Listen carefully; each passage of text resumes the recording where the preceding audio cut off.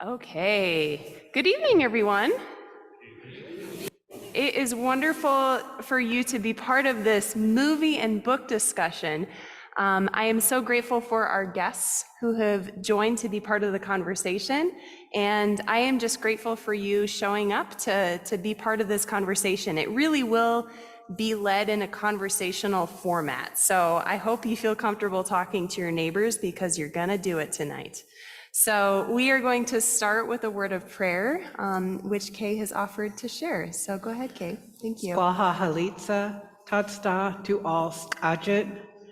I'm going to be sharing a prayer from Vi Hilbert, who is one of our Skagit elders and ancestors.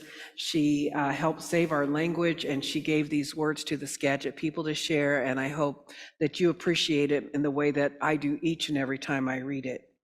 Gulapu Si'ia Deishid, Tigwi Tabuthid Chath, Tigwi Tabuthid Chath, Daiha Tias Skok Chath Altias Lahale, Askodit Sutchath, As Ushub Tabut Chath, Al Shuk Siab Siab Deishid, Utigwi Tabuthid Chath, Altis Dialep, Uthali Siab, Uquahwal Tagwalchath, Uquahwal Tagwalchath. To all of you, dear people, we give thanks to you, we thank you. It is good that we could be here together today. We pray and humble ourselves to our Creator. We give thanks that all of you are here with us. We help each other. We help each other. In this way, we strengthen one another. Amen. We are going to start with some introductions. So would one of you like to start? What are we doing? What are we Introducing yourself. Oh, introducing myself. Yeah. I'm Jay Bowen, Clockadub, Upper Skagit member, elder. My profession is artist or expressionist. Squaha Halitza Tatsta Jay Knott is my English name. Jay and I are brother and sister, and we're only about a year apart, so we're also incredibly good friends and do a lot of work together. I am retired, but I volunteer for Past Understanding, which is where my heart is, to bring people together in these times that are very difficult, and we are apart from each other. So I spend a lot of time in that space. My name's Terry Kylo. I'm a Lutheran pastor, have been for about like 32 years or something like that, which is crazy. And I've been at Trinity so many times. I recognize everyone's faces. It's great to see you tonight.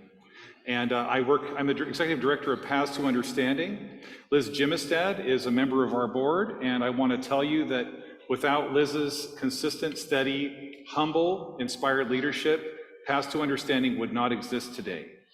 So that's the kind of leadership that she has shown in our group. And I am so honored to be with all of you, and I'm honored to have Kay and Jay as friends in my life. And they've learned a lot from me, I just want to tell you. We're humbled by what he's willing to teach us. I've learned so much from Kay and Jay, and in so many different ways. I cannot even tell you. Wonderful. And I'm Pastor Jenna. I think all of you who are here in person know me. And Janice, welcome on Zoom right now. I see that you're here with us. So I'm one of the pastors here, and I had the privilege of meeting Kay and Jay, and also spending time with Terry at Bishop's Convocation with our synod, the Northwest Washington Synod, last May. And that was where we first met. So we had education and an opportunity to learn and particularly to hear about Indigenous ministries through the ELCA's Truth and Healing movement. So if you'd like to find out more about the Truth and Healing movement in particular, and the ways in which Trinity is trying to engage more with that and be part of that movement, there's information on our website, so be sure and check that out. And one of the beautiful things was about just over a year ago, Bishop Shelley came to myself and to Pastor Sherris Weathers of Burlington Lutheran and said, could we put together a 3-day event to help Lutheran clergy learn how to relate to and be respectful of Indigenous communities that were local to them. And so Jay and Kay spent many hours in preparation for that event, along with Jay Julius from the Lummi tribe. And then we spent many hours post-event processing how it felt. And because the work doesn't just start at the time, the work starts way in advance, and it takes a long time to do the work afterward. But it was a wonderful 3 days. Yeah, absolutely. Well, once again, tonight is going to be about conversation. So at this point, I want to invite you to turn to some of your neighbors, get into groups of 2 or 3, not somebody that you came here with. So you might have to get up and move around, and just introduce yourself if you don't know each other already, and maybe share, why are you here tonight? What brought you here this evening? So go ahead and find groups of 2 or 3.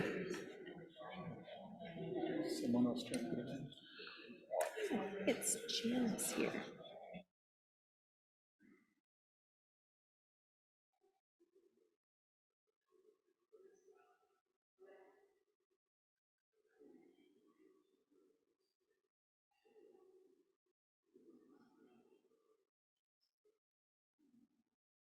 We'll stop. This isn't like most churches. So Janice, can you hear me? So he's watching very good. I just want to say hi. So Yes, good to see you.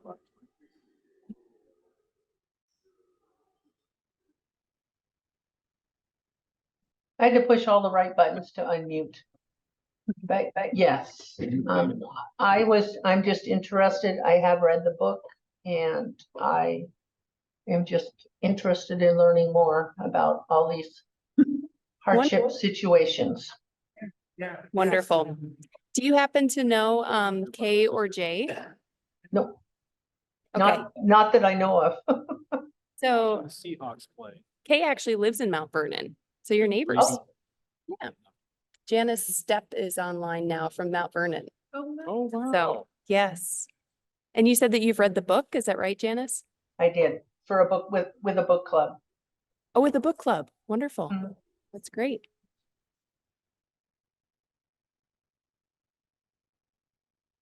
All right. Okay. So we are going to start. You're going to stay in your groups for these first couple of questions. So, you can just kind of turn to the screen for a second here. So there's 3 questions here that I want to invite you to ask among your neighbors. What were your emotions or physical reactions while watching the film? How did you, I have control of this, don't I, Carl? There I go. I'm like, why isn't it happening? Oh, because I'm supposed to do it. Is that right? Am I doing it? All right. So the questions are, what were your emotions or physical reactions while watching the film or reading the book? How did you feel as you walked away from watching or finished the book? And how long did that feeling last? So I'm going to invite you to ask those questions among your group, and then I'm also going to ask our panel to answer that as well. So starting with, what were your emotions or physical reactions while watching the film or reading the book?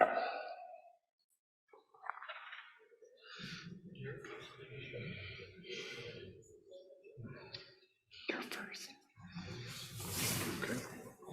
You're going first. You could go first. I do whatever she tells me to do. I mean, that's for all of us. I wanted to hear, I wanted to hear from them.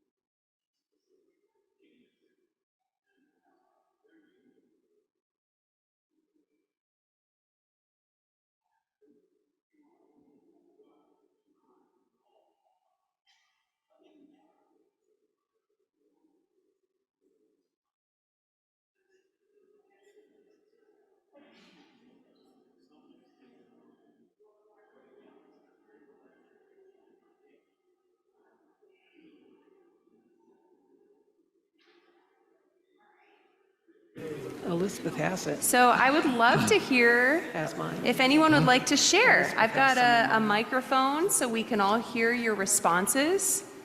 So once again, what were some of your emotions or physical reactions while watching the film or reading the movie? Or watching, you know what I mean? Watching the film or reading the book? Yes. Does anyone want to share? I'll do a quick one, but I don't need my mic to talk loud. We've got- I don't want to speak on that mic and give anybody else. We've got people online, so they can't okay. they can't hear you otherwise. I mentioned that, to me, the movie was predictable. Now, it's my theatrical background, but the wonderful part that left me with questions was the naivete on both, the character that Leonardo played, and the naivete that she played, and that the First Nation played. We had two cultures, one that was taking total advantage of the other, and yet on the other, one was participating in the process of having that taken away. I mean, they had the house, they had the car. I don't, that's a conflict for me. That was the most interesting part of the movie, and I have not read the book. Thanks, John. Yeah. Anyone else?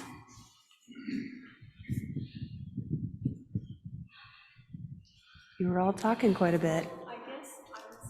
Yeah. Thanks, Teresa. The lack of regard for the Indian people, just that they were nothing. Mm. How did that make you feel? Terrible. Yeah. It was an awful feeling to see them hurt like they were. Mm-hmm. Thank you.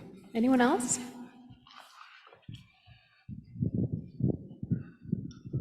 Yeah, Dan.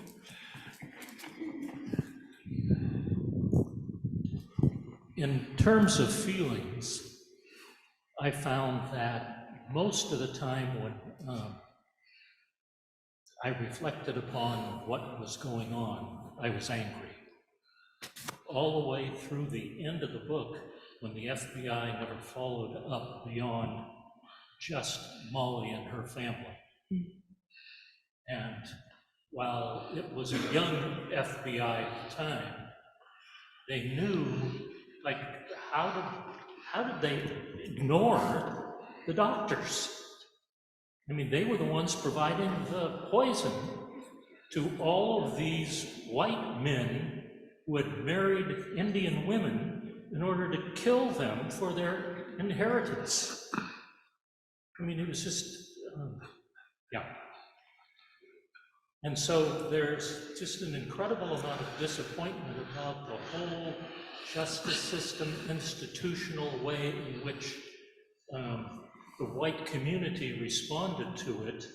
And I found that one of the few redeeming things that happened is that the Indian community there decided that they wouldn't put up with it, but they had to go to Washington in order to get something done because of the total corruption of the municipal, the county, and the state system that they were living in. Mm-hmm. Yeah, and I found that it was just an incredibly painful book to read. And I thought that Scorsese did a really good job telling the truth, but I thought he left the FBI and the justice system too lightly off the hook when it was over. I mean, just a few words on the screen that says, nobody followed up. Oh, really? How interesting. Mm-hmm. And how typical. Yeah. Do you want to say something, Mary? Yeah. I did. Ben and I have been traveling a lot this past year, and almost every place we went, we've had an encounter of some sort with the indigenous peoples and their heritage. And the part that has stuck with me the most is the genocide of the Plains Indians in the 19th century. I mean, we were We were in the Black Hills, and we were in the Badlands, and we were at Devil's Tower. We went to Little Bighorn, and when I was visiting my niece, she took us to the Mankato site of the Sioux Massacre in 1863. You know, it's, and just from reading and other experiences, you know that this is a story that just is endless. It leaves me aghast and saddened and angry, and I'm still looking for what to do about all that. I haven't come to an answer. And so the Scorsese movie, the story of the Osage, just brings that into the early 20th century. It was like, it was all set up for it to happen again. It's the settler mentality that we're entitled to whatever we want to take.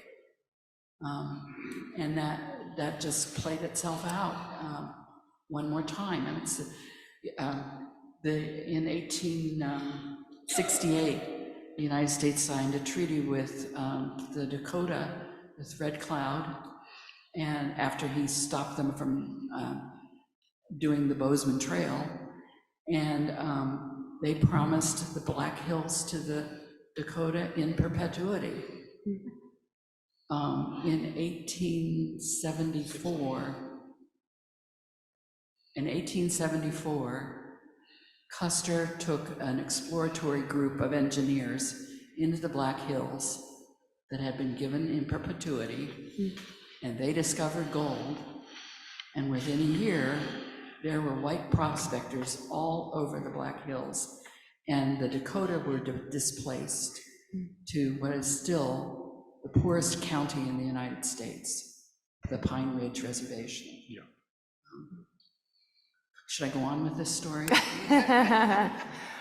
Just one more incident about it. The Dakota people sued the United States for breach of the contract that they had with them. And they won. And the courts awarded them $150,000 for the Black Hills. And it's been an escrow ever since. The Dakota will not touch it because they want their land. Okay, they don't want the money. And their people are living in the poorest county in the United States. So, and I'm sure there are stories from the Northwest. I've been reading Chief Seattle's letter and the treaty of 1855 today, just in preparation to come here. And it really is the same story all over again. We just took what we wanted. Yeah. Thank you, Mary.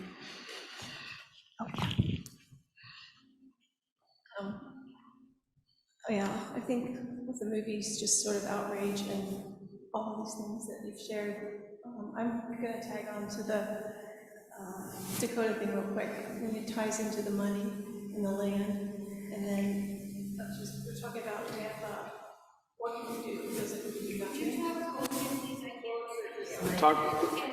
They're talking to the mic more. I guess feelings of outrage, because it's the same thing when you see women murdered and the numbers. The saying is they go missing 3 times: when they are taken, when they're murdered, and then they're lost in the data. So that's one thing that's said.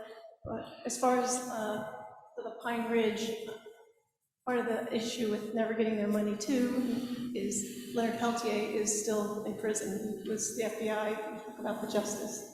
You know, he's Native American, he's in a lousy prison in Coleman, Florida. So if anyone wants information later, I'd love anyone to help try to get free Leonard Peltier, because he's still, and the FBI guy who helped get him there was like, yep, we set him up, and part of that was because the government wants their land.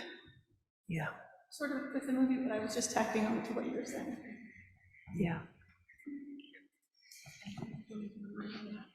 And thank you for just lifting up and reminding us that this is just one single story that we're getting a slice of. So, Terry, would you like to answer these questions? Man, I was sitting next to Kay, right? We drove down to the Alderwood Mall, to the theater here, and Kay was sitting on my left, and when I saw Molly, I saw Kay, right? And so as I was sitting there, I felt anger. I couldn't look this part of the time. I had dreams. I've had dreams every night about the sounds in the movie and the casual, jovial brutality of the settlers and the way the entire system was set up at every level to oppress people and to lift up the thing that they loved the most, which was money. And of course, and then I realized that's still happening. Jeremiah Julius, who came and was one of the 3 Northwest speakers at the bishop's convocation, said something that's haunted me, and I think he's right, that the US government, the state, the federal, and the larger community has been managing their extinction and continues to do so. So that movie, I'm still like processing through that, and I will be, for a long time. Yeah. Can I speak to his statement back there before I tell you my feelings? What you said, what I believe is what so many Native people do. Why would they do that? Why would they participate in that? And that is because they wanted to be safe and fit in. And so, most Native people, what they did was to try to enculturate so that they would be safe and find dignity. But it didn't matter how rich they were or how much they enculturated. Clearly, they weren't safe and respected. So when I see this film, I saw my mother and my aunties and how hard we have 3 generations that went to boarding school. We lost 80% of our population from disease and illness in the Northwest. And what I saw my relatives doing, the farther they got down in generations from boarding school, was to try to blend in more, to be more enculturated, and to the point where each generation got more insistent about that, and it was about safety. So the more enculturated you be, the more you try to look like that and dominant, then your children will be safer, you'll be safer. But the end part for me was it didn't matter what they did. They weren't given any more regard other than, animals. Yeah. Could I just add that same question is asked in certain ways of people in all kinds of oppressive situations. It's the force of the entire system of oppression working.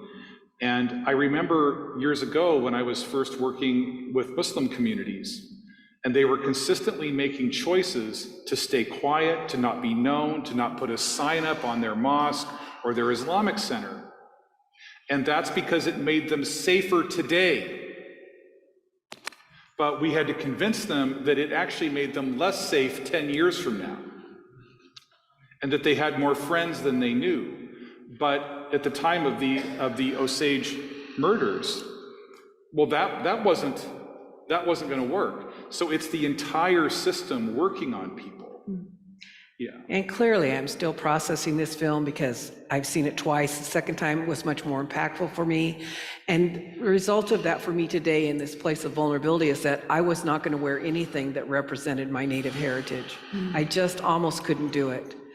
And that's how impactful it is. I wanted to be in the back and not be seen. And that was the emotional impact for me.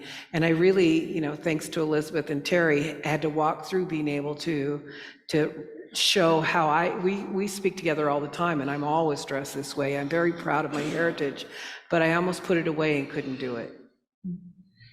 That was very difficult, and I do understand that place of blending in.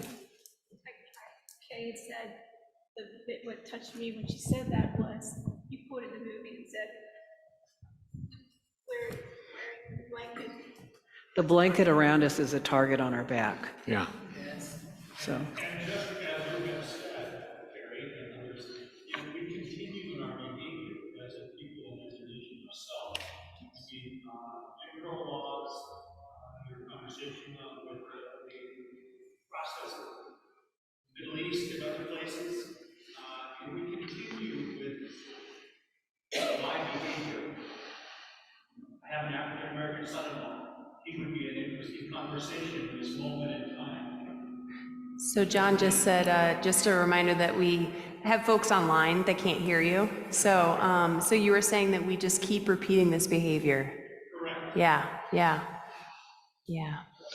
I like to context this and also say thank you for everyone that showed up today, because the church is going to depend on you to be spokesman for this evening and bear witness, and we call it witnessing, bear witness to this afternoon, this evening's conversation. But let's put this in context. First of all, one of the things in the movie that was 100% wrong was you saw all the children in the movie.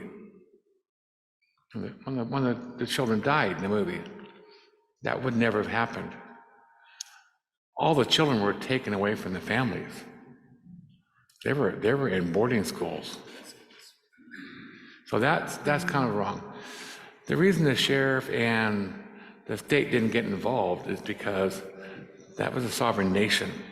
The Osage is a sovereign nation, and the only ones that have jurisdiction on there are the tribal police, which wasn't any then, and the FBI.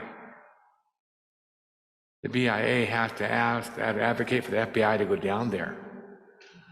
So the community, as long as the murder took place on the reservation, it was done with impunity.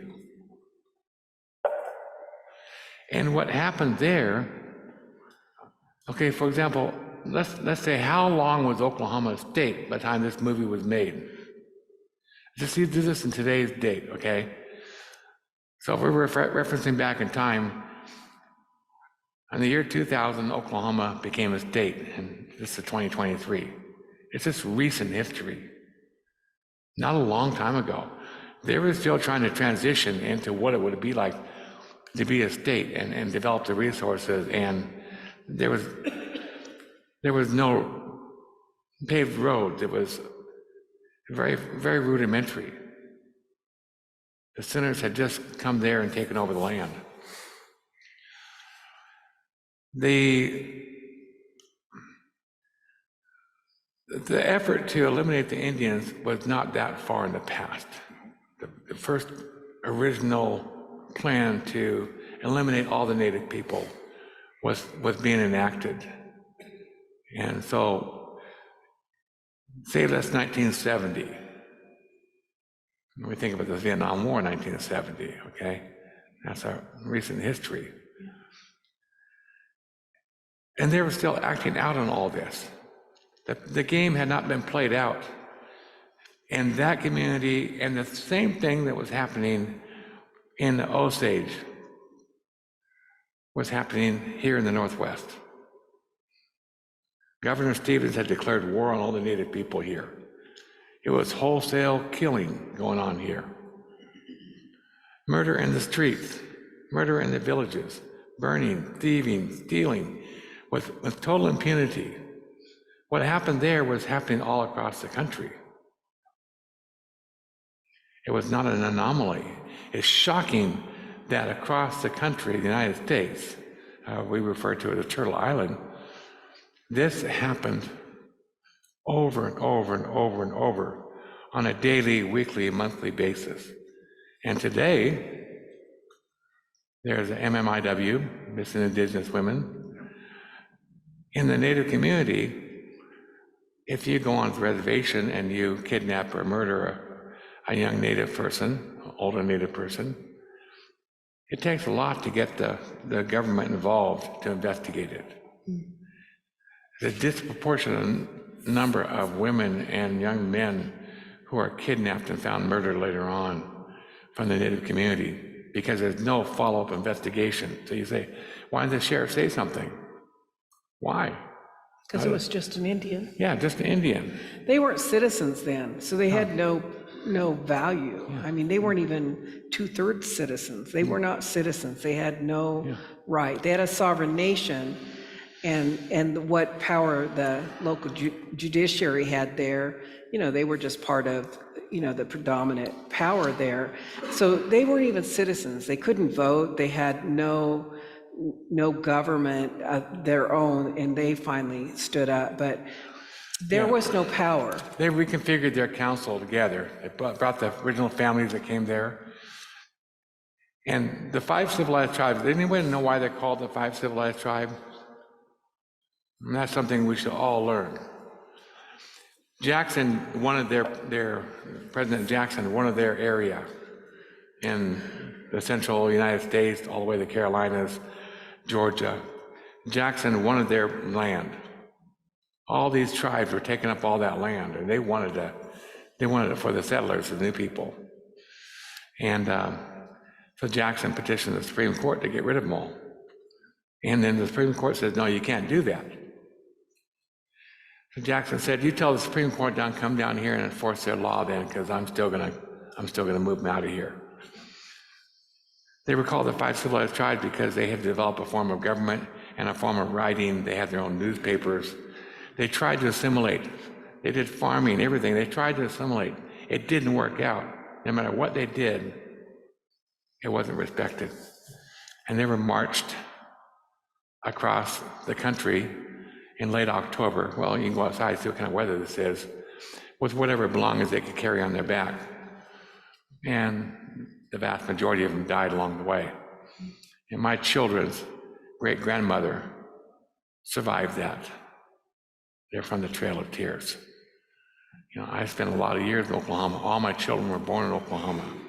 I've heard of all these stories, all the massacres that it's not for public consumption. It's like, why don't you guys know about whose land we're on right now? This is Duwamish land.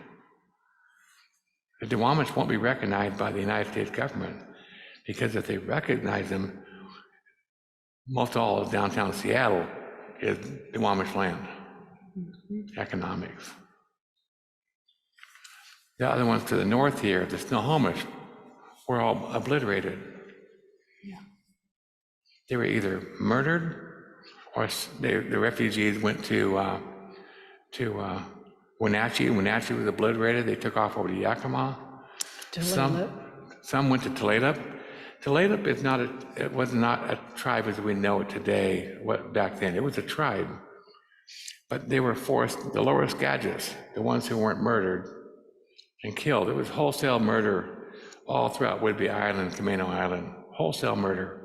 The ship's captains would go in there, and they say, "Well, I don't want all that land up there, and so we'll go kill all the Indians first and take all that land," with no consequence. We should probably let them go on. Okay. There's a lot of questions. Yeah, so there's a kind of context where that was. The boarding schools were going on. Oklahoma had just become a state. The local people had no jurisdiction there. The sheriff didn't have any jurisdiction, and the only one that did was the federal government. So, what's the next question? Yeah, let me give you the mic here.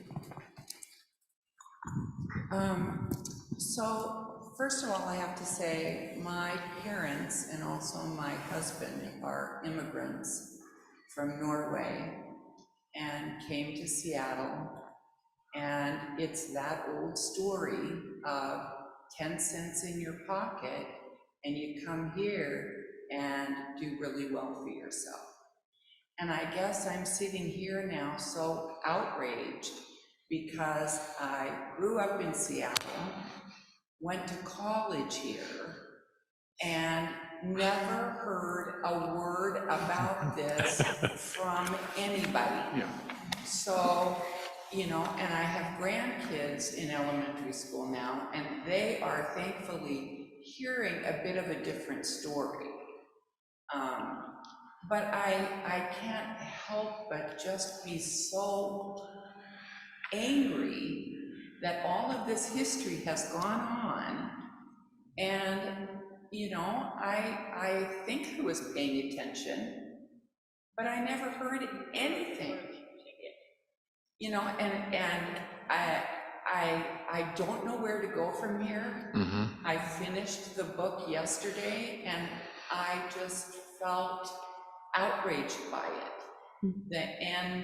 The ending just left me feeling like there were so many unsolved murders and all the evidence is in the wind.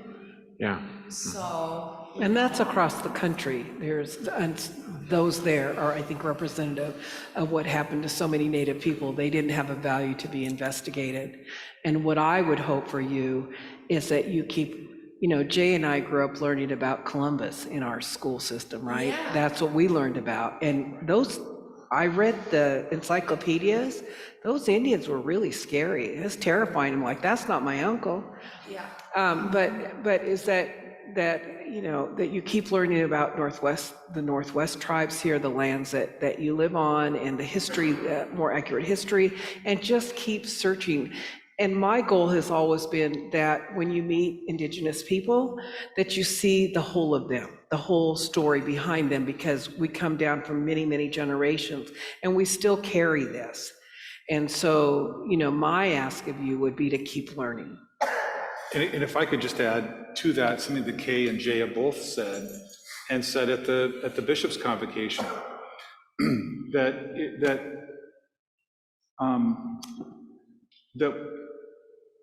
one of the key things a historian and Anglican priest, Sam Wells, pointed out that part of what set up the Holocaust in Germany was that Christians did not see Jewish people as folk that were worthy of relating to.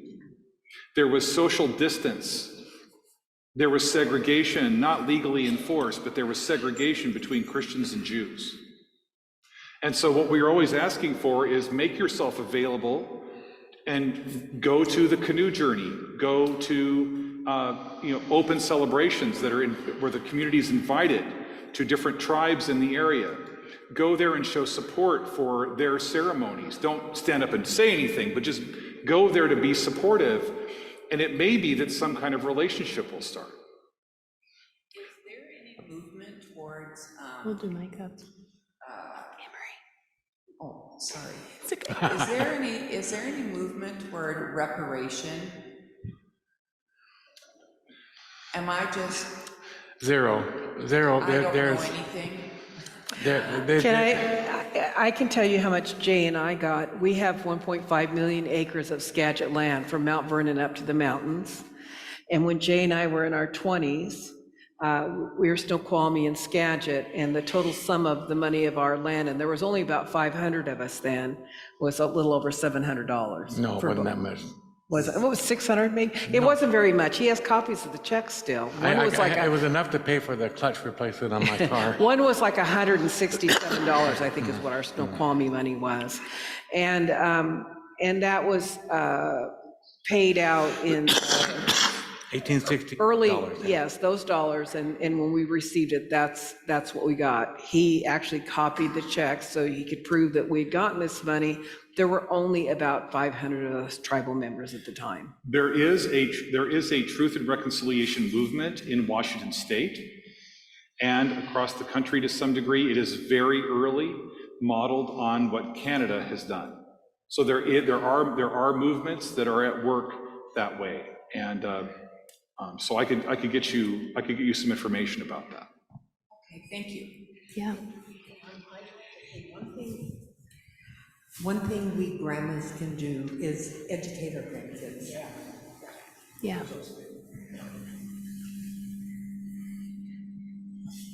The other irony as we look at it, when the railroads were developed in the United States and they came to the West Coast, every other quadrant was given to the railroads in order to develop it. As you speak to your fact of how your possession of the land was, and how we gave that away to the railroads to do that. Well, and we're more, we were affected so much later than the East Coast. So our history is recent history for us. It's not it's not as steep as the East Coast. It took them a long time to get out here to the Pacific Northwest. And we are rich here in the Northwest. There is nothing, if you lived, prior to this, that you wouldn't have food and shelter and clothing. We were wealthy in being able to care for ourselves. So they came into a place that didn't have to war for survival, right? We had everything here. We were very blessed, but our contact is much, much later than the East Coast. Will you speak to the 1924 Citizen Act and your rights to vote as a citizen? Well, they may have made the Citizen Act, but how it was enacted was different in each state. So a lot of the states, I think Oklahoma was one of them, found lots of ways to keep delaying that. And my great-grandfather was the first one to vote in our family, and when he went to the county to vote, he literally had to stay there all day. He would not leave until he had the right to vote. So even though it was a federal, I don't. It was in the 30s. Yeah, I think it was in the 30s. Even though the right to vote was a federal law, states found ways around it. There were a lot of World War II veterans that came back in New Mexico and Arizona. And they couldn't vote. And they went to vote and they were denied their right to vote. So you'd think that when there was a federal law that it would be enacted in all states, but states found a way. So if you actually look at when each state, Native people actually had the right to vote, it's not based on that law. Yeah, there's stories of one of the code talkers coming back and he went to vote. The Navajo code talkers, very famous now, were denied the right to vote. And until recently, I didn't even know. Most of you know about the Navajo code talkers, helped save us in World War II. I had no idea how many tribes had other tribes that represented and did the same thing for the government in World War II. There were other tribes involved with that, but we don't get an accurate history of both that really great work. Native people have the highest percentage of service in the military based on population than any other ethnic group. And they did that without being citizens, without the right to vote. Because that is, they protect their land. I'm going to invite you to turn back to your neighbors around you with this next question, which is going to be leading us into conversation about faith and about the role of the church.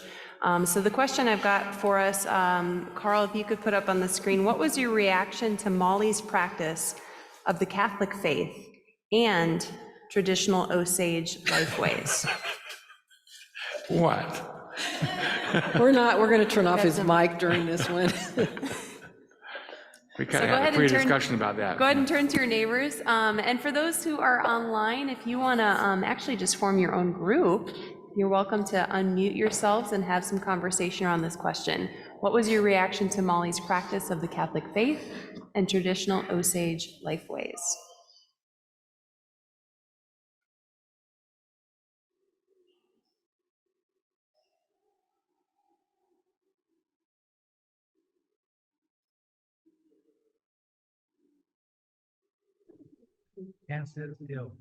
Okay. So hello. Hi, Janice. Hi, it's been so long since I've read, it's been a while since I've read the book, so I don't really remember the scene. And I've been hesitant to go watch the movie, mostly because it's 3 hours long. I don't know if I can sit that long. Well, I can tell you from my experience that it was very engaging. I was also worried about sitting for that long, and I was quite shocked at how much I was not restless. So for what that's worth. And then Chris is here. I don't know if you'd like to share anything about this question. And PH, is that you, Pastor Hector? Well, I can say I have not read the book or seen the movie, so I have not much to contribute. You want to join the conversation? I'll sit here listening. Yeah, hello. So you stepped away from the Seahawks game, huh, Chris? Sorta. Yeah. Well, you sure had a reaction. Do you want to share anything About which one? What, about this question? the Catholic Church? Yeah, what was your reaction to Molly's so Jay actually just saw the movie just like Yeah. a couple hours A ago. couple hours ago. Yeah, And well, of course, I live the movie every dang day also, Sure. so that's not. right. Yeah. In the Indian country, we call Indian country. We refer to outside, away from Indian country, so that's called the outside. But in the Indian country, there's a nod given to religious groups that want to come into the community, and if they are similar to the native community's values and teachings and beliefs, they don't have to be 100%, but if they're kind of close, okay, you guys can hang out here. It's okay with, and when you're no longer, or you're getting too extreme, we're going to kick you out. Hmm. That's what happened to the Spanish in the 1600s. Pueblo revolt. Yeah. So it's just kind of a nod. It's like, okay, the Catholics came and they got into the Indian community because they were telling the stories, and the stories were very similar to the same ones the native people taught. The same stories. Yeah. And so and this man came to them as a holy man. And of course, that's the highest status in the tribe, is holy man. And so they respected him as a holy man, called the black robes. But then they came in with all the politics behind it. That's where everything fell apart. Politics. Yeah. So yeah, it was kind of a nod, because I remember that was only 20 years after statehood, and they'd only been there in that area for 60 years, and they were all sent there. The Trail of Tears was to put the natives in a place where Jackson hoped they would all die. Oklahoma was called the Red Country. Yeah. Kind of heat. And they were all sent there to die. And the whole thought was to get rid of them all. They just go over there and die and starve them out. They didn't provide food for them. They didn't provide resources for them. They were mostly on their own. And there was a group of people, natives from that community, that when they had nothing, zero, they had not enough food to feed themselves, heard about the famine in Ireland. And they gathered up from their community $122, and they sent it to the people of Ireland to help out. Wow. Because they thought, well, that's our family too. Yeah. And they were in need, and they gathered from nothing and sent them something. Yeah. And last year, or 2 years ago, it was reciprocated from the country of Ireland back to the native communities. Yeah. Helping with the COVID response. Yeah. They want to recognize that. That's incredible. So it's like community versus community giving, right? And the one thing that I remember is when COVID happened, you mentioned COVID, like I got my shot up at Tulalip. Yeah. Yeah. And my father-in-law was living out in Squim, and he was given the opportunity to go into the Scallum, and it was like, it's not about me, it's about the community. Yeah, And- so pretty much the federal government asked different tribes around the country, if they like to roll out the vaccine, because they knew we had the infrastructure for it. We had the clinics right there, we had the infrastructure for it. And they wanted And you also had a feeder line from the federal government. a what? I would say a feeder line. There was a certain amount of the vaccine that went to the tribes. Yeah, the first initial rollout was just to the tribes. Yep. In return, they were supposed to help the federal government develop a model for distribution of this. Yeah. Get the demographics off of it. So we were studied on a daily basis after the shot. But when it came to the Swinomish Reservation, that's where I live. Oh, okay. Invited all the people on the reservation, and a lot of people on the reservation were non-Indian. And they said, well, you're part of our community. And So they were all the people there were invited, another 1,000 people that lived on the reservation were invited to get their shot. And they, there's a lot of people alive today because they got their shot. Wow. They're part of the So community. is there any truth that the reason why that happened was a little distrust for the government about vaccinations? I'm going to bring the group back together, Chris, but if you Oh, want, okay. if you want to hold on to that question, Yeah. we have time at the end. Okay, good. Yeah, thank you.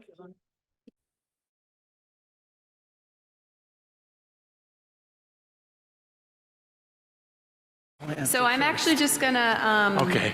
I'm just gonna leave your Are conversations you saying I'm predictable? to yourselves, and move to the next questions, and would love to look to our panel for some of this. So our next slide has 3 questions together.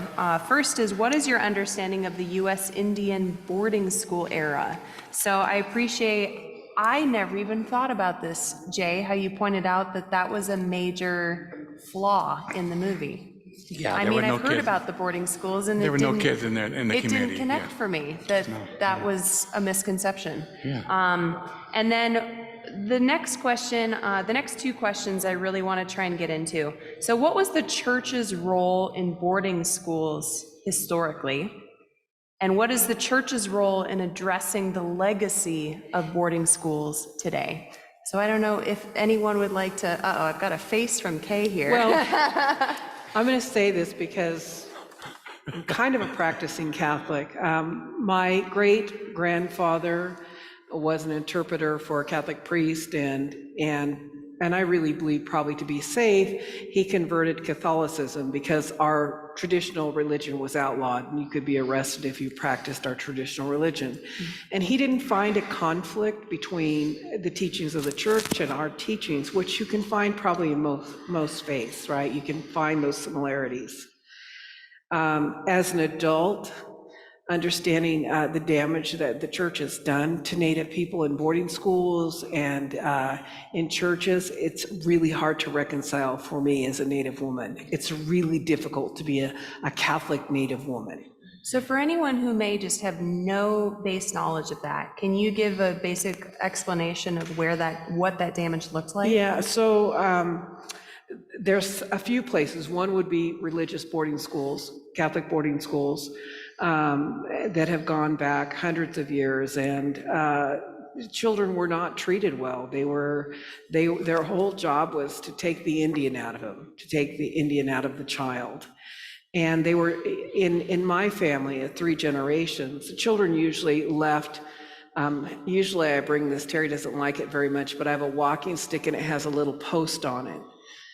And and it's beautiful. Jay painted it, and what this is, the post is when the government man came take the children, because we didn't have traditional years of age. When they reached that post, then the government man could take the children. You brought that to the event in May. Yes, I'm and sure so I'll tell the story of an example. This is kind of not exactly how it happened, but the same thing effect.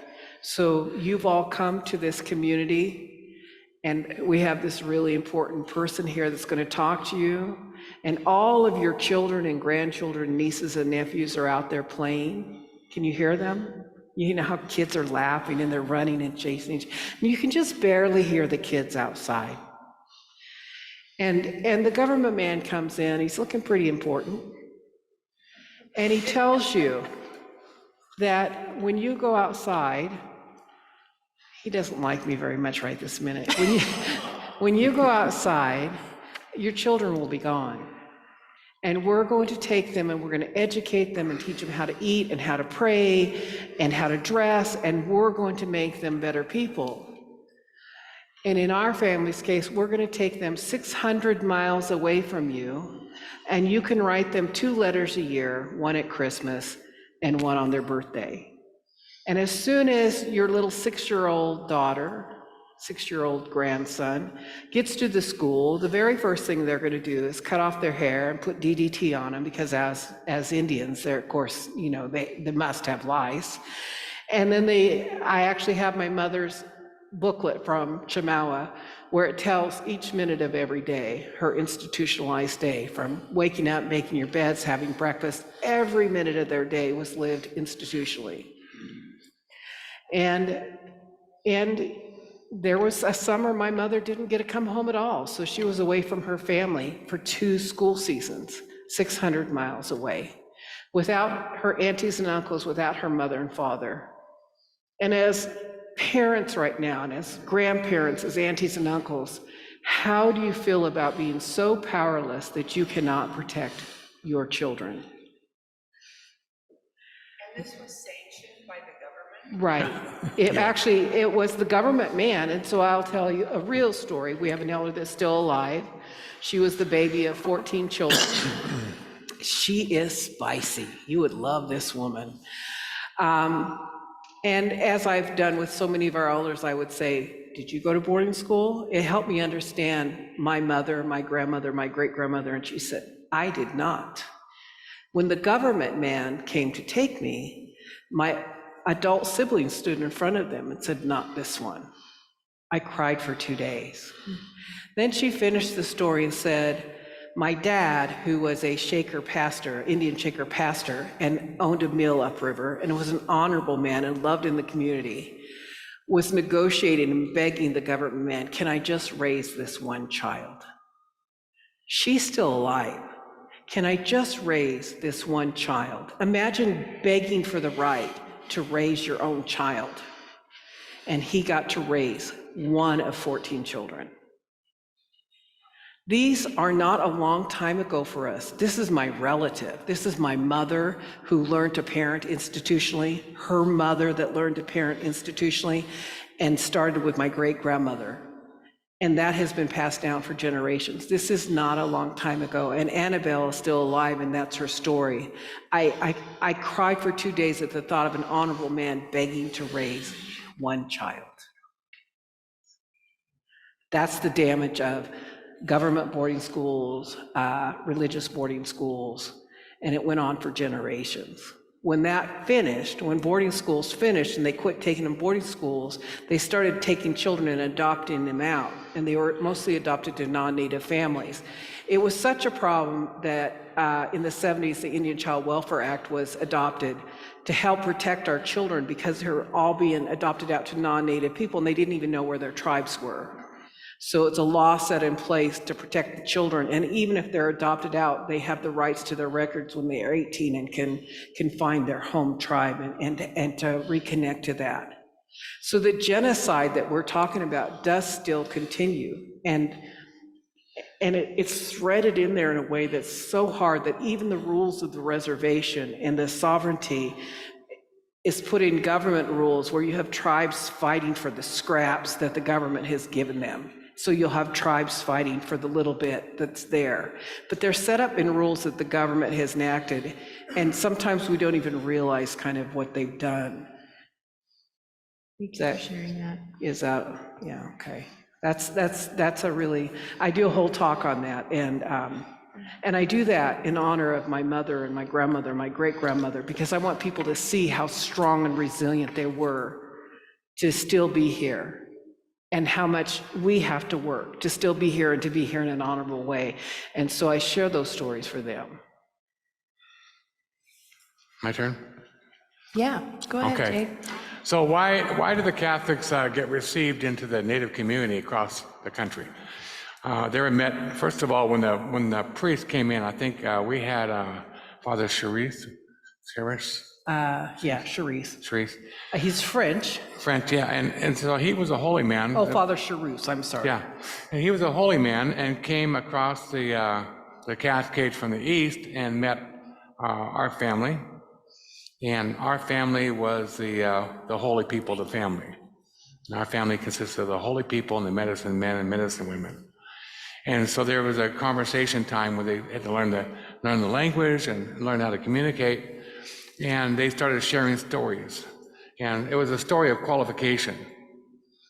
So the priest would tell some stories about the ones that you all are familiar with in the Bible.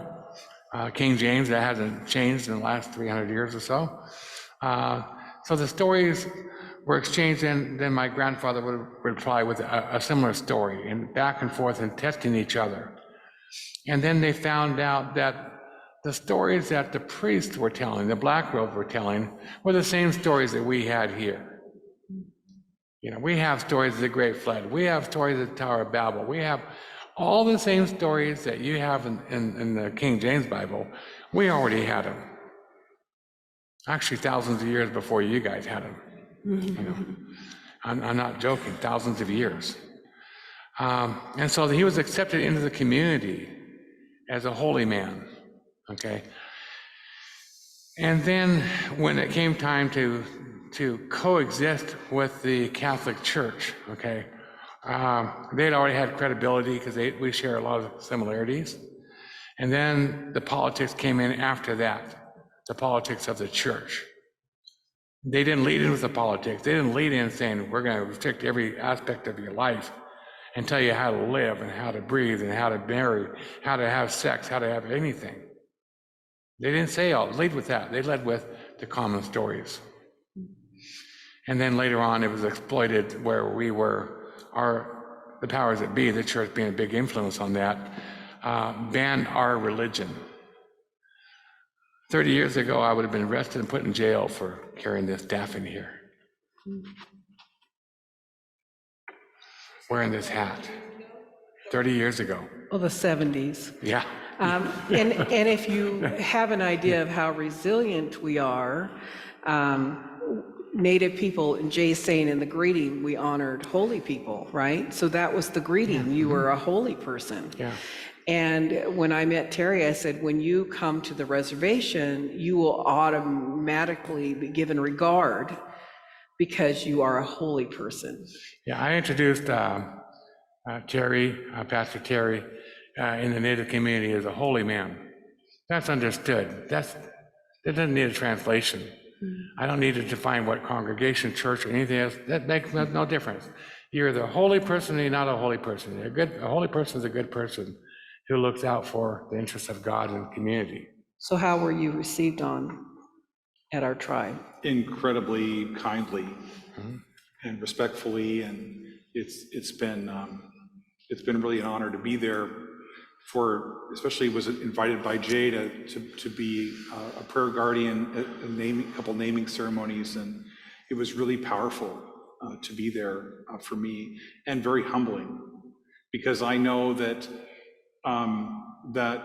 somewhere around 1700 years or so ago, the Christian movement, which was an indigenous movement within Israel-Palestine, to resist an empire coming in to steal people's land and money and to commit cultural genocide, became a tool of empire, became a tool of colonization, to displace people's wisdom tradition, to shatter their communal identity, and to soften up the community for genocide. There were 100 million people on Turtle Island from Mexico, Central America, up through what we now call Canada. 100 million people. Within 250 years of first contact, 95 million of them were dead. Right, and so the church has blessed and cooperated with and been silent about all of these acts that happened, all this violence that took place. And in the movie, the priest never says anything about any of it. And he clearly was aware. Yeah, absolutely. Yeah. And when I grew up, I was taught that Jesus, that Christianity is the only way to God and God's only way to us. And that provides a kind of moral sanction to do what has to be done to bring God to people who already had God.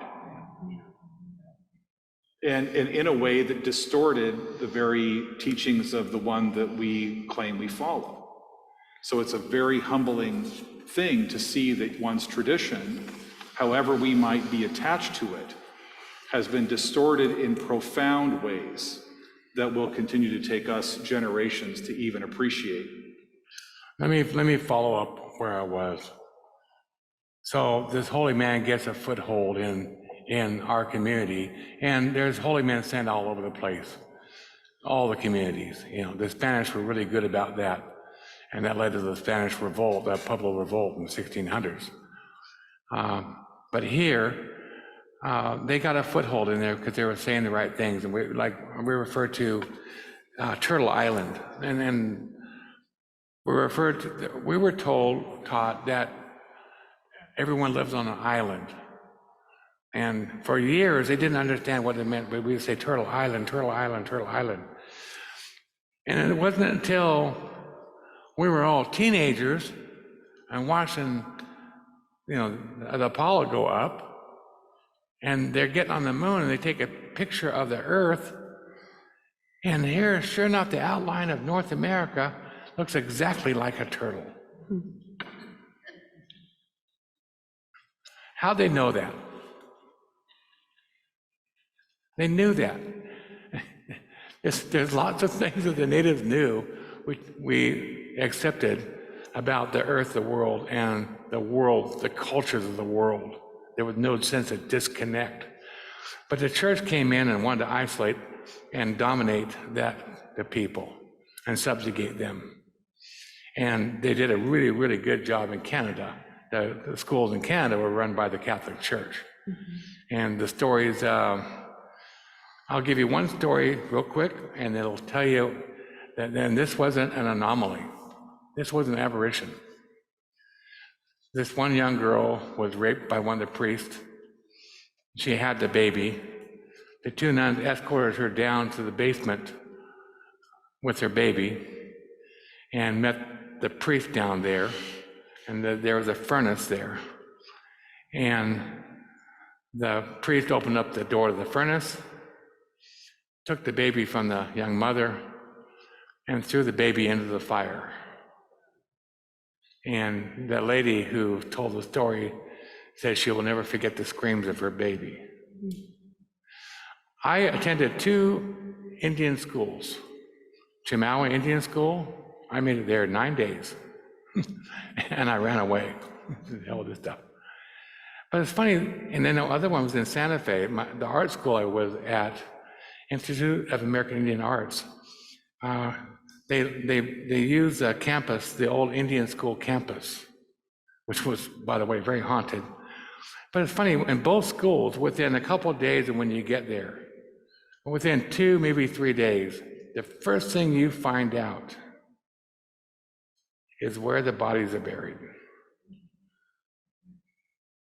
And my mother told stories that when someone died at school, they'd go out back behind the dorms, dig a shallow grave and throw the body in there and cover it up, and just with no regard for any headstone or nothing. The parents weren't allowed to come get the body. They were not even allowed to visit the kids at school. If they tried to visit the kids at school, they were arrested. Yeah. Here, let's let Mary ask her question first, and then I'll give you the microphone. Yeah. I just wanted to say that PBS on Saturday nights has recently run a series called Little Bird, which is the story, a Canadian story around the 1980s of children who were taken by the Canadian Welfare Society. And the damage that was done to each and every one of those children over the course of their lives by people who thought they were saving them from poverty.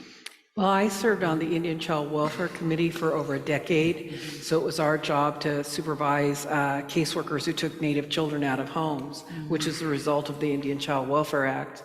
And most commonly I heard from social workers is they didn't understand why it wasn't okay to have a non-Native family adopt a child as long as they loved them. And so the Indian Child Welfare says it's family first, tribe, all other Native people, non-Native people. It's there to protect the children. But when these children, what I most often found, got to a certain age, they had a very loving, non-native adopted home. And all of a sudden they get to be preteen teenagers and they don't look right. They don't feel right. They know things that feel wrong inside of them, that makes them feel different, and they're angry. And it's hard to explain. It's like, well, if you just love them enough, they need to be in their community with their teachings. And even if they haven't grown up with them, they know them in their heart. I just wanted to say, for people who are really interested in this displacement issue, that little series, Little Bird, will open your eyes a great deal. It's not about the schools, but it is about It's what happened after the children schools. from their parents who were nurturing them and caring for them, and putting them somewhere else among strangers. Most often we found in the system too that it feels almost impossible for Native parents to get their children back. The bar gets set and set and set, and they don't have the support system in place. It feels like they just give up, almost like taking them to the boarding schools. So I saw that happen a lot, where they just didn't feel like they could ever reach that bar. And what we might find as normal and healthy family living was not acceptable to the non-Native social workers, like children sleeping in the same bed or things like that. That's just normal family stuff, but it wasn't considered acceptable. And so they set the bar, and pretty soon the parents just give up and collapse into an emotional dysfunction. So the effort to take kids away and to make Indigenous people white, was that, this is probably splitting hairs, but was that religious fervor, or was that people wanting power? Yes, no, answer. How was America exploited? By the doctrine of discovery, a religious text. Can you share a baseline of that for anyone who might not understand? Pardon me? Can you share a base understanding? What is the doctrine of discovery? It was given out by the Pope. What was it, in the 1500s? Would you like me to do it? Yeah, because he does this. Okay. He does this talk all the time. This is his gig, man.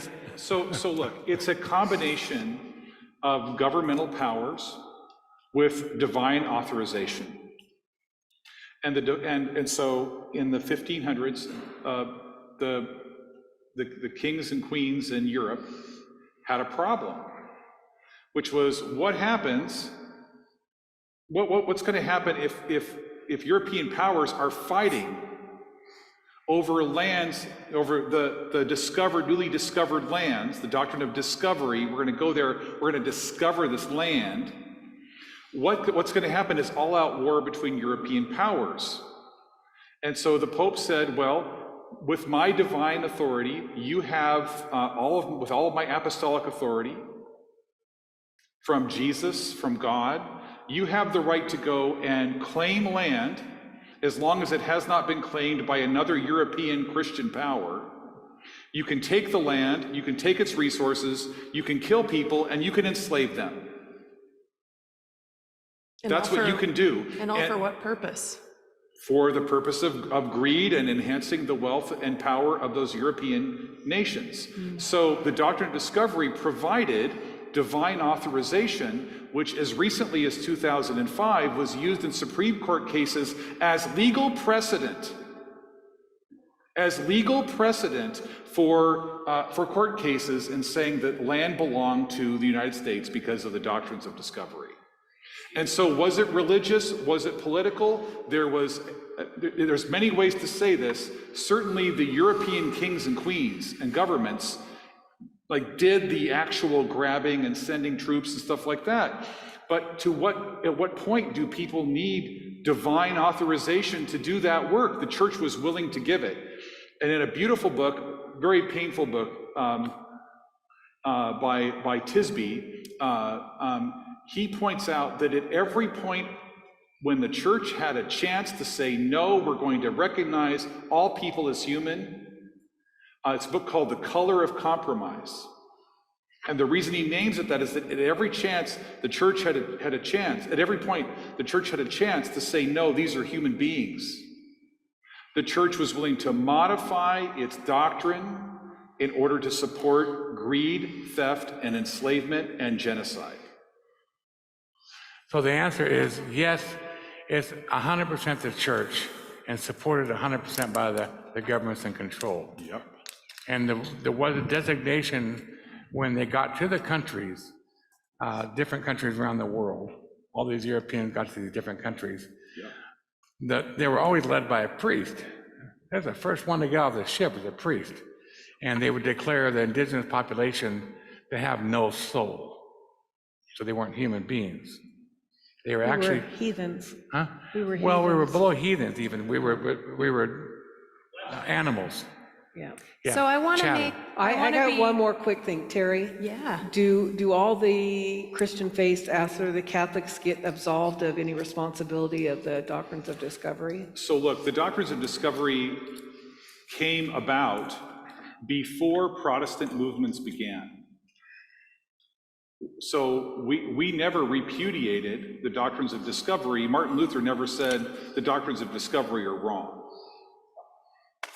So we had that in our theological DNA, in our hymnody, in our prayers, in every way, and came to this country and bought in lock, stock, and barrel to that viewpoint, which was that if you're Christian, you're human. If you're not Christian, you're not human. And if you're brown and you become Christian, you're still not really human. And it was last year when the Pope repudiated the doctrine of discovery. And in March of last year, and the Pope did repudiate it. The Lutheran Church has repudiated it. You can look up the doctrines of discovery online for repudiations of the doctrine. You can read lots of statements. But the question is, have we repudiated it in our heart, in our church community, in who our church community relates to?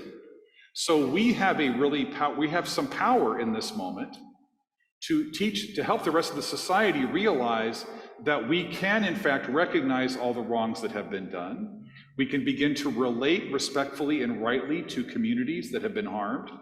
We can teach the larger community that you can remain a human being and confess what you have done and what you've participated in and what you benefited from, and you can begin to work for a better world. And we have a lot of people out there right now, some of them in government, saying, we can't look at our history because it'll break our kids. We can't look at our history because it'll make us feel bad. Well, you know what? Feel bad. And then realize that, that the Creator is able to help us come to a new day. What did Jesus say when he first began? Did he say, be perfect and stuff? No, he says, repent, for the kingdom of God has come near, right? So repentance should be a part of our tradition that we can embrace and recognize as a call from God to learn to begin to behave differently.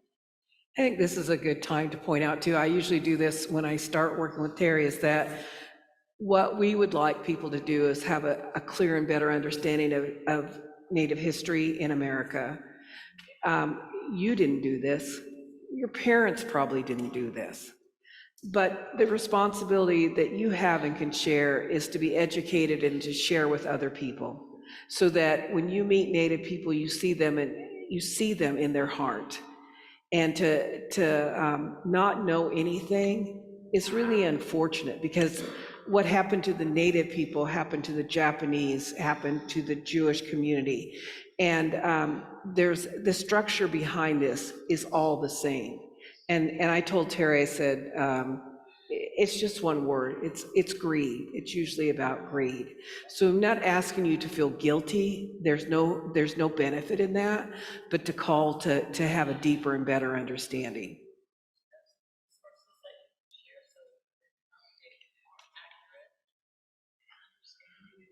So we're going to get there. Okay. So I'm going to let Elizabeth speak, and then I'm mindful of our time too. So This is gonna be really Yeah. quick. When you're talking about resources, it can all feel overwhelming. What I would say is go online locally here. You can get involved with the missing women. People are happy to have you get involved, write to the Congress people, call them, and call other states and be like, I'm not in your state, but here's the facts and figures. And then talk to the people on the phone who are taking your calls, because do you know who you're working for? Do you know what they're really doing?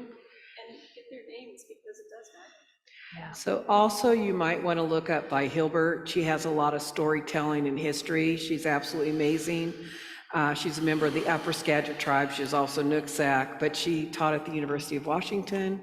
So Vi Hilbert, and you'll see they'll usually be Vi Takshablu Hilbert. Can I say one more thing? Whose story is this?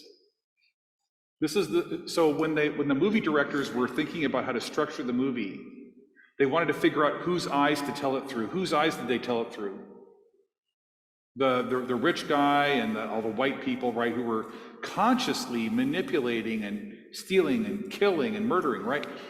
Well, remember, this is our story. So one time I was talking with Jay, and he was sharing some of the tribe's teachings with me, and you know, I recognized that was 10, 20,000 years in the making. Right, we were speaking together in an event, and I said, people asked, like, well, how long did it take you to prepare for the event? And I thought to myself, I think I even said out loud, 20,000 years. So remember, don't associate these terrible acts with J and K. Right, their community has lived here for 20,000 years. Because part of the problem of association in our mind is we associate these kinds of challenges with the community that's been oppressed. They did not ask for this. Their community did not ask for this. But so there are things that we can do as part of the current majority to create space, to advocate for, to listen to relate to stand behind. By. Yeah. So we have just heard a lot of things, and something that I learned from this event that I was part of in May is that we have a tendency to talk a lot and then think to the next thing. So I want to just invite us all in the next 30 seconds to just take time to hear what we have all just heard. So let's just take some time and some space right now. This is a lot to digest. So let's just take some time right now to just hear things right now. I think we should do.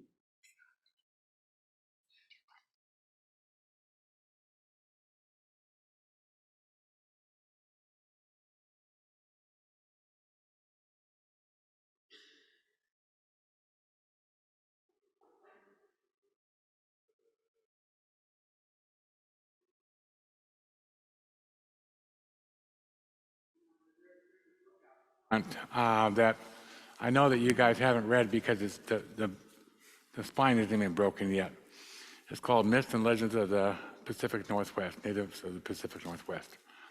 And in that book are the same stories you're going to find in the King James Bible. And when you read one thing about our culture, our people, it leads to more and more and more investigation. There's always follow-up information you can follow up on. Pretty soon you can get a big picture of the local Native community, then the broader Native community, you know. And so just a little bit of reading will go a long ways. You know? So before we do this, okay. I have one more thing that I'd like you to turn to your neighbors for. There's two questions. What do you want to learn more about? That's a great question. And what do you feel called to do? That's a great question. And I want you to actually talk to your neighbors and name those things. What do you want to learn more about? And what do you now feel called to do after this time together? So go ahead and turn to your neighbors. What do you want to learn more about? And what do you feel called to do?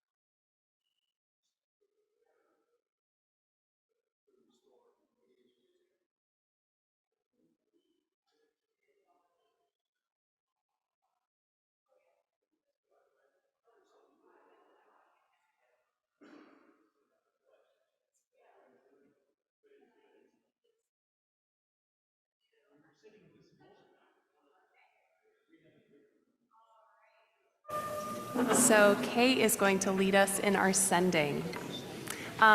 Before we do that, I do just want to say it is such an honor, it is such a privilege for you to be here with us tonight. You know, I don't understand this, but I know just from hearing you share again for this event in May, this takes an extraordinary amount of energy for you to be here and to share these stories. And so it is a gift, it is a privilege. Thank you for coming and being here with us tonight, for showing up in spaces. Yeah. Well, I will tell you that Elizabeth and Terry come. We ask for prayer when we're up speaking. We never prepare for what we speak. It is what the Creator asks us to do. And we spend a lot of time in advance of coming to speak to people being prepared. So I wanted to do something that Jay talked about, creation stories, so I'm going to share one with you. I'm learning to become a storyteller, and if you feel like standing up and you can stand up, this is an interactive story, okay? It's interactive. You get to move a little bit before you go home. So, I'll tootie too hawk. The longer, if I was younger, I could make that longer. A long time ago. A long time ago. Our stories, so the longer you get that tootie, the farther it was. So think about it, really long, yes. Long time ago. The Creator went across the land and dropped languages all across the land, all different languages. Okay, so let me translate this real quick. This is a really important thing. I want you to hear this. The Creator came across and handed out languages. Okay, we call them the Star Child. You call him Jesus. A long, long time ago. Until the Creator got to the Northwest, where she left the most beautiful language, Lashutsi, that you heard earlier. We can say that, it's our story. At that time, the people had a problem. The sky was really low. So if you were tall, you'd bump into it, and people would go from here to the sky, and they weren't supposed to go between here and there. It was a problem. It was a mess. Yeah, you weren't supposed to go up. Yeah, it's like going up to heaven and back. You can't do that, right? Heaven so was what too do you close. do? I mean, the sky is too low. So they called the leaders from all the land to come together. They all came together and said, we have this problem. We're bumping our heads, those crazy kids are going up there and coming down. What do we do about this? Well, they all had different languages. The Creator had given them all different languages. So what do?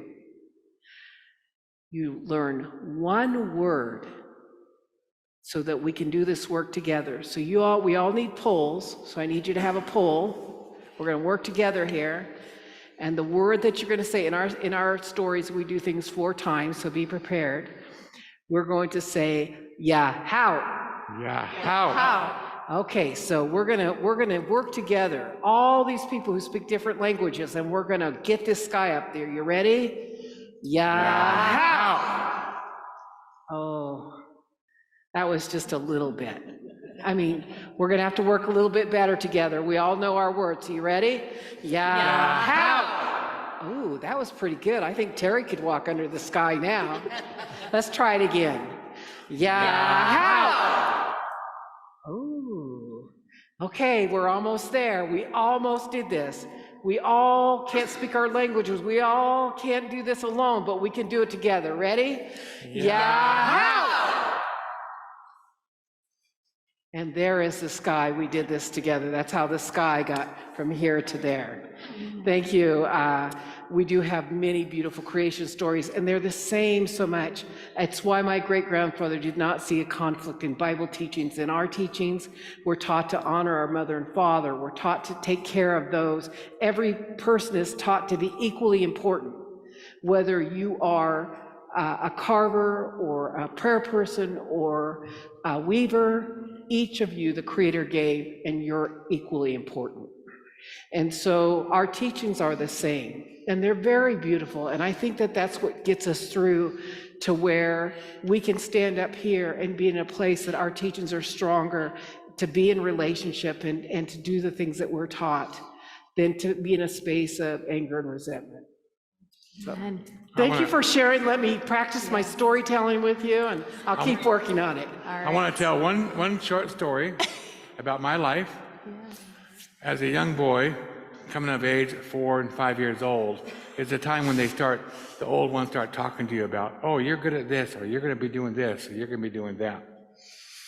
And I was told early on of my work to come, as a medicine person and as a speaker. And I was constantly told exactly who my family was. We are a Sioux family. There's not a family above us in the tribe. The highest status family in the tribe. And I thought, at 5 years old, I said, that's pretty cool. I got some status here, In the next breath, Auntie, the matriarch of the family, said, the higher up you are, the lower down you serve. You are never going to be above anybody. Remember that. When she put that responsibility on how we're going to serve. We're never allowed to be above anybody. Siab literally means honorable. And if you're honorable, you carry the wealth that you carry is in your teachings. So we gathered things, but not for ourselves, for the community. And so you carried yourself in a good way is what a Siab family did. And there were low-caste families, but that means that they weren't following the right teachings. So Siab means we were expected and we were given our names to be carried ourselves in an honorable way. And we hope that we've shared that with you tonight. Thank you. Thank you so much. Thank you for being here.